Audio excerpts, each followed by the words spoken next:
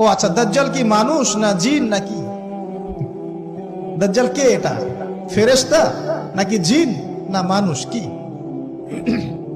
এটাও একটা প্রশ্নের বিষয়। কিভাবে দেখুন, আল্লাহর নবী সাল্লাল্লাহু আলাইহি ওয়াসাল্লাম বলছেন, নূহ আলাইহিস সালামের সময়ও নূহ আলাইহিস সালাম তার কওমকে দাজ্জাল সম্পর্কে সতর্ক করেছেন। তার মানে পৃথিবীর সূচনা থেকে সে পৃথিবীতে ছিল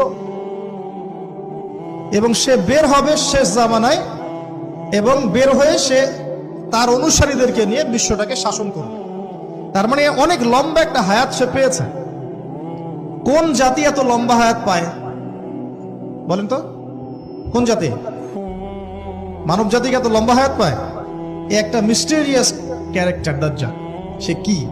তারপরে দেখুন, নবী সাল্লাল্লাহু আলাইহি ওয়াসাল্লাম একটা হাদিসের মধ্যে বলেছেন যে তাকে ওই তামিম দারির ওই দ্বীপে বন্দী করে রাখা হয়েছে। আপনার হাদিসে